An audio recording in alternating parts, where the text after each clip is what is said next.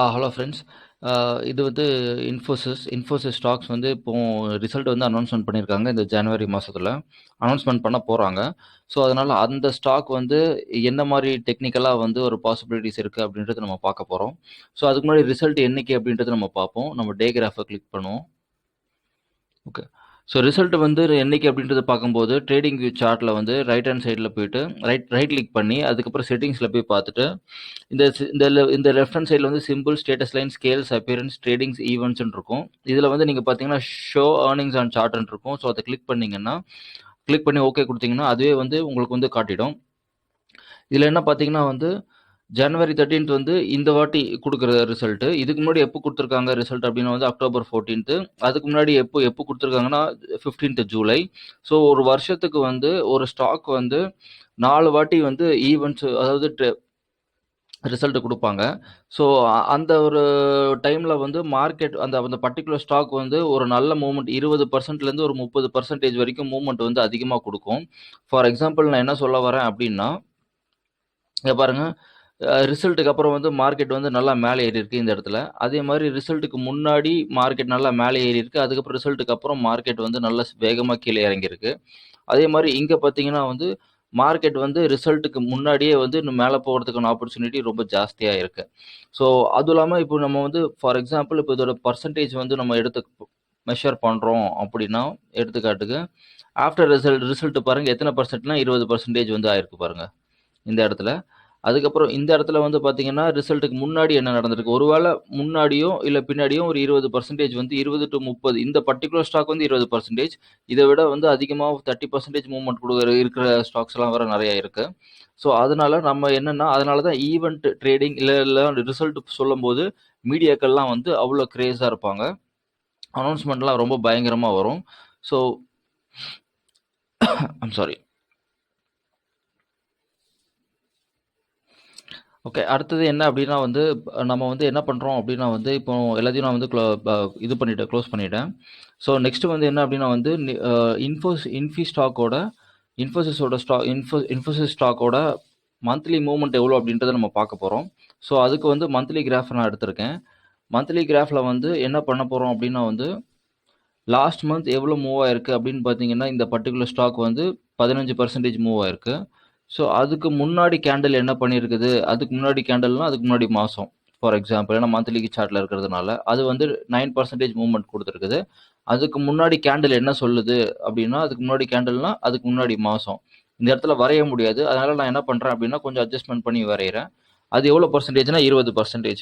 So, குறைஞ்சபட்சம் எவ்வளோ அப்படின்னா, இந்த பர்ட்டிகுலர் ஸ்டாக் வந்து மினிமம் 10% டூ ரீசென்ட்டா ஒரு 6 டூ 7 மந்த்ஸ்ல எவ்வளோ அப்படின்னா வந்து 10% டூ 15% மூவ்மெண்ட் வந்து அது இந்த பர்ட்டிகுலர் ஸ்டாக் வந்து குடுக்குது. ஸோ, அதனால அப்போ இந்த மாசமும் மார்க்கெட் எவ்வளோ போறதுக்கான வாய்ப்பு இருக்கு அப்படின்னா, மூவ்மெண்ட் குடுக்கறதுக்கான வாய்ப்பு இருக்குன்னா, இதுதான் ப்ரீவியஸ் மந்தோட க்ளோஸு. ஸோ, இந்த பர்ட்டிகுலர் ப்ரீவியஸ் மந்தோட க்ளோஸ்ல இருந்து நம்ம வந்து பார்த்தோம் அப்படின்னா, நம்ம என்ன பண்ணுவோம்னா, ஒரு 10% ஆவரேஜா எடுத்துப்போம். 10-15 கூட எடுத்துக்கலாம். ஏன்னா இந்த ஸ்டாக் வந்து ஓவர் 15% கூட போகுது. ஸோ, அதனால என்ன பண்ணோம் அப்படின்னா, 10% வந்து வச்சோம் அப்படின்னா, மேல போகுது அப்படின்னா வந்து எவ்வளோ வந்து வர்றதுக்கான வாய்ப்பு இருக்கு அப்படின்னா, நம்ம வந்து ஹரிசாண்டல் ட்ரெண்ட் லைன் போடுவோம். ஓகே. ஸோ, மேல போகுது அப்படின்னா, இந்த பர்ட்டிகுலர் ஸ்டாக் வந்து எவ்வளோ ஆகும் அப்படின்னா வந்து 13990 வரைக்கும் வரதுக்கான சான்சஸ் இருக்கு. இந்த இடத்துல நான் வந்து ரெட் கலர்ல காட்டுறேன் பாருங்க. ரெட் கலர்ல அது அது அந்த லைன்லயே மார்க் பண்ணியிருக்காங்க. அதே மாரி ஒருவேள மார்க்கெட் அப்படியே வந்து ப்ரீவியஸ் மந்தோட க்ளோஸ்ல இருந்து கீழ வரணும் அப்படின்னா, எவ்வளோனா 10% கீழ டிராப் ஆகுறதுக்கான சான்சஸ் இருக்கு. அப்ப எவ்வளோ தூரம் வரைக்கும் சப்போர்ட் இருக்கு அப்படின்னா, ஓகே. 11,000 சாரி 1127 வரைக்கும் கீழ சப்போர்ட் இருக்கு. ஸோ, அ இதுதான் வந்து இன்ஃபியோட அ பேண்ட் விட்த் கூட. ஸோ, அடுத்தது என்ன பண்ணும் அப்டின்னா வந்து, இப்போ வந்து நம்ம வந்து டெக்னிக்கல் அனாலிசிஸ்ல இந்த பர்ட்டிகுலர் ஸ்டாக் வந்து எவ்வளோ தூரம் வரைக்கும் போறதுக்கான சான்சஸ் இருக்கு அப்டின்ட்டு இது வந்து நம்ம வந்து ஒரு பேண்ட் விட்த் சும்மா எப்டின்னா வந்து ஒரு வாலட்டிலிட்டிய வச்சு நம்ம போட்டது. நம்ம இருந்தாலும் வந்து நம்ம வந்து டெக்னிக்கல்ல எப்டி சொல்லுது அப்டின்றத நம்ம போய் பார்ப்போம். அதுக்கு நான் டே கிராஃப கிளிக் பண்றேன். அதுக்கு ஓகே. ஓகே. நான் இப்ப என்ன பண்ணியிருக்கேன் அப்டின்னா வந்து, investing.comல இன்ஃபியோட சார்ட் எடுத்திருக்கேன். ஃபர்ஸ்ட்டு ட்ரேடிங் வியூல எடுத்தேன். இப்ப investing.comல எடுத்திருக்கேன். ஏன் அப்டின்னா வந்து, இப்போ இன்னைக்கு வந்து நான் என்ன பண்ண போறேன் அப்டின்னா, இந்த பர்ட்டிகுலர் ஸ்டாக்க வந்து வால்யூம் பேஸ் பண்ணி எப்படி அனலைஸ் பண்றது அப்டின்றத நம்ம பார்க்க போறோம். ஃபார் எக்ஸாம்பிள் நான் வால்யூம் போட்டிருக்கேன். வால்யூம்ல வந்து என்ன சொல்லுது அப்டின்னா வந்து, வால்யூம் வந்து ஒரு அந்த அளவுக்கு வந்து வால்யூம் வந்து கீழ போயிட்டே இருக்கு. வால்யூம் கீழ போயிட்டே இருக்கு. ஆனா பிரைஸ் வந்து இன்கிரீஸ் ஆயிட்டே இருக்கு. ஸோ இப்படி ஆச்சு அப்படின்னா வந்து மார்க்கெட்டுக்கு வந்து ஒரு இந்த பர்ட்டிகுலர் ஸ்டாக் வந்து ஒரு ஸ்ட்ரென்த் வந்து ரொம்ப குறையுதுன்னு அர்த்தம். ஸோ இது வந்து உண்மையான மூவ் கிடையாது. ஸோ மார்க்கெட் வந்து எப்போ வேணா ரிவர்சல் வந்து ஆகலாம். அதுவும் இல்லாம என்ன அப்படின்னா வந்து 2வது பட்சம் என்ன அப்படின்னா வந்து இந்த ஒவ்வொரு கேண்டிலையும் வச்சு நம்ம பார்க்கும்போது என்ன அப்படின்னா வந்து ஃபார் எக்ஸாம்பிள்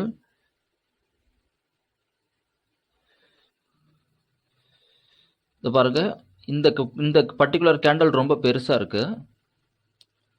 அதே மாதிரி அதுக்கு ஈக்குவலண்டா வந்து அதுக்கு கீழே வந்த ஒரு ஒரு வால்யூம் வந்து ரொம்ப சின்னதா இருக்கு. 2வது அதுக்கு அடுத்த கேண்டில் வந்து பாத்தீங்கன்னா வந்து ரொம்ப சின்னதா இருக்கு. ஆனா அதோட வால்யூம் வந்து நார்மலா ஒரு பை ட்ரெண்டா இருந்ததுன்னா வால்யூம் இன்க்ரீஸ் ஆகும்போது அதுக்கு ஈக்குவலண்டாவே வந்த ஒரு கேண்டில் வந்து வரணும். இந்த இடத்துல வந்து இவ்ளோ பெரிய வால்யூம் வந்திருக்கு. இதுக்கு முன்னாடி வந்து வந்த வால்யூமுக்கே வந்து இவ்ளோ பெரிய கேண்டில் வந்திருக்குது அப்படின்னா, இந்த பர்ட்டிகுலர் 2வது கேண்டிலுக்கு எவ்ளோ பெரிய பிரைஸ் பார் வரணும். ஆனா இது இத்துணூண்டு தான் வந்திருக்கு இல்லையா? சின்னதா. ஸோ பாருங்க. ஸோ அதனால வந்து இந்த ஒரு பர்ட்டிகுலர் மூவ் வந்து என்ன அப்படின்னா வந்து மார்க்கெட்ட வந்து அவங்க ரன் பண்றாங்க அப்படின்னு அர்த்தம். ஸோ மார்க்கெட் வந்து எப்போ வேணா இந்த பர்ட்டிகுலர் ஸ்டாக் வந்து எப்போ வேணா திரும்பும் அப்படின்றது அர்த்தம். ஸோ இது வந்து ஒரு நார்மல் பிரைஸ் ஆக்ஷன் படி இது போகல அப்படின்றது தான் அர்த்தம்.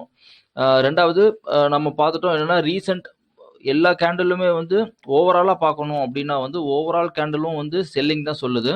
செல்லிங்னா ஒரு உண்மையான மூவ் இல்ல அப்படின்ற மாதிரி தான் சொல்லுது. சரி இதுக்கு வந்து ரிவர்சல் பாயிண்ட் எங்க இருக்குது அப்படின்ற மாதிரி நம்ம எப்படி கண்டுபிடிக்கிறது அப்படின்ற மாதிரி இருந்தது அப்படின்னா மேபி வந்து ஒரு ஷூட்டிங் ஸ்டாரோ இல்ல அதுவோ ஒரு ஷூட்டிங் ஸ்டாரோ இல்ல எங்கல்ஃபிங் பேட்டர்ன் வந்தது அப்படின்னா அந்த இடத்துல ஒரு ஹியூஜ் செல்லிங் வால்யூம் வந்ததுன்னா அதுக்கப்புறமா நம்ம வந்து ஷார்ட் பண்றதுக்கு ரெடியா இருக்கலாம்.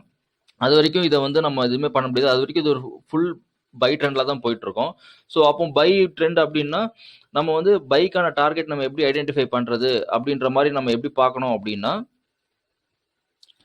ஃபார் எக்ஸாம்பிள் நம்ம வந்து ஃபிபனாச்சி ரீட்ரேஸ்மெண்ட் எடுத்துப்போம், ஃபிபனாச்சி எக்ஸ்டென்ஷன் எடுத்துப்போம். ஏன்னா மேலே வந்து நம்மளுக்கு ரெசிஸ்டன்ஸ் எதுவுமே கிடையாது இல்லையா?